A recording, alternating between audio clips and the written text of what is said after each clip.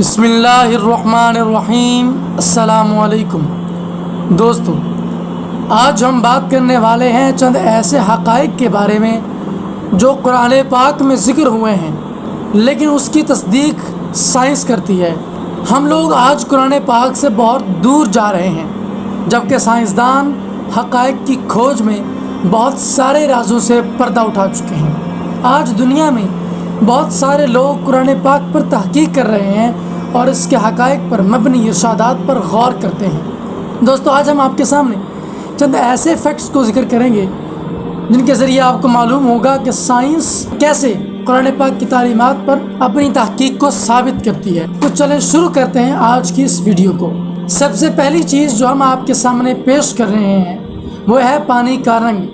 بہت سارے لوگوں کا خیال ہے کہ پانی کا کوئی رنگ نہیں ہوتا، یہ صرف ٹرانسپیرنٹ ہوتا ہے، جبکہ بالکل ایسا نہیں ہے۔ سائنس بتاتی ہے کہ پانی کا رنگ کالا ہوتا ہے۔ سائنسدانوں نے یہ بھی انکشاف کیا ہے کہ پانی کے آدھے مالیکولز سالڈ ہیں جبکہ آدھے لیکوڈ ہیں۔ یہی وجہ ہے کہ اس کو سپر آئیونک واٹر کہا جاتا ہے، جبکہ قرآن پاک میں یہی بات کچھ یوں بیان ہوئی ہے، وَإِن يَسْتَغِيثُوا يُغَاثُوا بِمَاءٍ كَالْمُهْلِ يَشْفِي الْوُجُودَ بِئْسِ الشَّرَابِ وَالسَّاعَةُ مُرْتَفِقَةٌ۔ دوستو، یہاں پر قرآن پاک نے پانی کے حقیقی رنگ کو واضح الفاظ میں بیان کیا ہے، جو کہ سائنس نے بعد میں تحقیق کر کے ڈھونڈا ہے۔ کلمول کا لفظ پانی کے کالے رنگ کو بیان کرتا ہے۔ یہی وجہ ہے کہ سائنسدانوں نے اس کو کالے رنگ کے لیے بیان کیا ہے اور اس کا کالا رنگ آج ثابت ہو چکا ہے۔ اب بات کرتے ہیں باغات کے ذریعے علاج کی۔ سائنس یہ مانتی ہے کہ انسان کی نفرت، غصہ، غبار دل، انزائٹی سب کچھ پودے یا باغات چوس لیتے ہیں، کیونکہ ان میں ان چیزوں کو جذب کرنے کی صلاحیت ہوتی ہے۔ اس کو سائنس کی زبان میں پلانٹ تھراپی کہتے ہیں۔ یہ نفسیاتی طور پر انسان کی شخصیت پر اثر انداز ہوتی ہے۔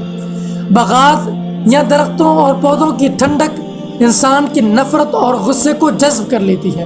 دوستو، یہی چیز قرآن پاک میں ان الفاظ میں بیان ہوئی ہے، امن خلق السماوات والارض وانزل لكم من السماء ماء فانبتنا به حدائق ذات بہجۃ۔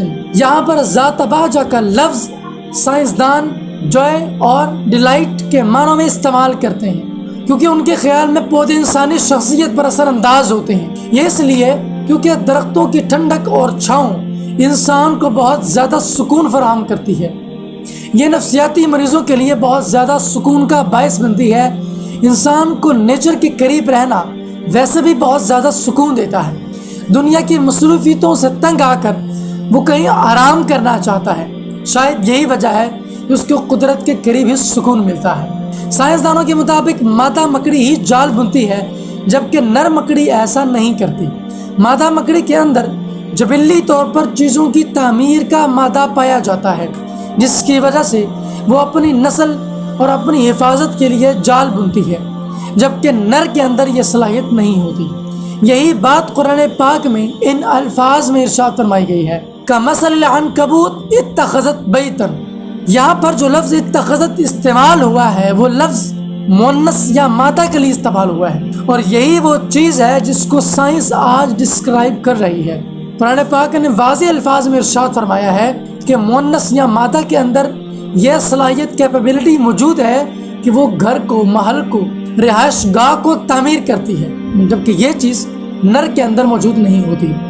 سائنسدانوں کے مطابق پہاڑوں کی جڑیں ہوتی ہیں جیسا کہ درختوں کی جڑیں ہوتی ہیں۔ ماؤنٹ ایورسٹ کے بارے میں سائنسدانوں کا خیال ہے کہ یہ 25 کلومیٹر نیچے اپنی جڑیں رکھتا ہے۔ یہ جتنا اوپر نظر آتا ہے شاید اس سے بھی زیادہ یہ نیچے دھسا ہوا ہے، جبکہ قرآن پاک میں یہی بات ان الفاظ میں بیان ہوئی ہے، والجبال اوتادا، یعنی پہاڑوں کو میخیں بنا دیا گیا۔ یہ چیز آج سائنس ثابت کر رہی ہے، جبکہ اس کو 1400 سال پہلے قرآن پاک میں بیان کر دیا گیا ہے۔ سائنس اس بات کو ثابت کرنے میں کامیاب رہی ہے کہ مادہ چونٹی ایک مزدور ہے اور یہ ایک جھنڈ میں سفر کرتی ہے۔ یہی بات قرآن پاک میں یوں ارشاد فرمائی گئی، حتی اذا اتوا علی واد النمل قالت نملہ یا ایھا الناس ادخلوا مساکنکم۔ قرآن پاک میں لفظ نملہ استعمال ہوا ہے اور اس کے فوراً بعد قالت کا لفظ استعمال ہوا ہے۔ دوستو، یہ دونوں چیزیں اشارہ کر رہی ہیں کہ مادہ چونٹی زمین پر سفر کر رہی تھی اور یہ مونس تھی اور یہ جھنڈ میں سفر کر رہی تھی، اور یہی چیز سائنس ثابت کرتی ہے۔ جدید سائنسدانوں میں اسٹیفن ہاکنگ کا ایک بہت بڑا نام ہے، جس کی مشہور زمانہ کتاب a brief history of time نے بہت زیادہ شہرت پائی ہے۔ یہ آئنسٹائن کے بعد ایک بہت بڑا نام پیدا ہوا تھا۔ ان کے مطابق کائنات ہر لمحہ پھیل رہی ہے، کائنات رکی ہوئی نہیں ہے، بلکہ ہر لمحہ کئی ہزار ستارے پیدا ہو رہے ہیں اور کئی ہزار ستارے ختم ہو رہے ہیں، کئی نئی دنیایں وجود میں آ رہی ہیں اور کئی دنیایں ختم ہوتی چلی جا رہی ہیں۔ یہ جدید نظریہ پوری دنیا میں بہت جلد شہرت پا گیا، جبکہ قرآن پاک میں یہی بات ان الفاظ میں آئی ہے، وَالسَّمَاءَ بَنَيْنَاهَا بِأَيْدٍ وَإِنَّا لَمُوسِعُونَ۔ یہاں پر لفظ موسعون بتا رہا ہے کہ کائنات ہر لمحہ پھیل رہی ہے، اور یہی پھیلاؤ ہمیں اس کائنات کے بنانے والے کی طرف اشارہ بھی کرتا ہے۔ اب بات کرتے ہیں ہر چیز کے جوڑے کی۔ قرآن پاک میں ایک آیت آئی ہے، سبحان الذی خلق الازواج کلھا مما تنبت الارض من انفسہم ومما لا یعلمون، یعنی پاک ہے وہ ذات جس نے زمین میں موجود ہر چیز کے جوڑے پیدا کیے۔ ذرا رک کر غور کریں تو سائنسدان بھی ہمیں اسی بات کی طرف اشارہ کرتے نظر آتے ہیں، جیسا کہ میٹر اور اینٹی میٹر، الیکٹران اور پازیٹران وغیرہ۔ اللہ تعالیٰ نے ہر چیز کے جوڑے پیدا کر رکھے ہیں، چاہے وہ کسی چھوٹی سی چیز کے ہی کیوں نہ ہو۔ سائنسدانوں نے یہ بھی سراغ لگایا ہے کہ جس چیز کو ہم مائکروسکوپ کے ذریعے دیکھتے ہیں، اس چیز کو بھی دو حصوں میں تقسیم کیا جا سکتا ہے، نر اور مادہ میں۔ یہ بات واقعی حیران کن ہے۔ دوستو، ہماری زمین کے مختلف حصے سفر کرتے ہیں، علاقوں کا ایک جگہ سے دوسری جگہ منتقل ہونا ثابت ہو چکا ہے۔ قرآن پاک میں ارشاد فرمایا گیا ہے، وَتَرَى الْجِبَالَ تَحْسَبُهَا جَامِدَةً وَهِيَ تَمُرُّ مَرَّ السَّحَابِ۔ یہاں بیان یہ ہوا ہے کہ پہاڑ تو اپنی جگہ پر جمے ہوئے ہیں، جبکہ زمین کا کچھ حصہ چلتا بھی ہے۔ جدید جیولوجسٹ کے مطابق زمین ایک جگہ سے دوسری جگہ پر منتقل ہوتی رہتی ہے، وہ ایک جگہ پر ٹھہرتی نہیں ہے، بلکہ رفتہ رفتہ زمین کے حصے ایک دوسرے سے الگ ہوتے رہتے ہیں۔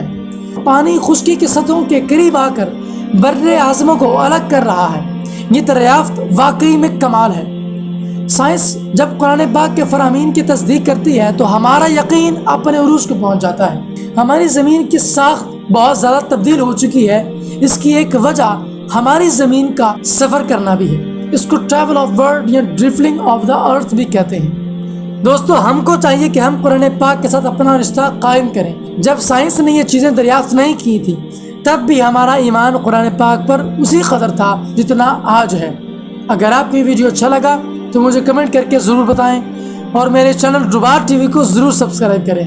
میں ملوں گا آپ سے ایک نئی انٹرسٹنگ ویڈیو میں، تب تک کے لیے اللہ حافظ۔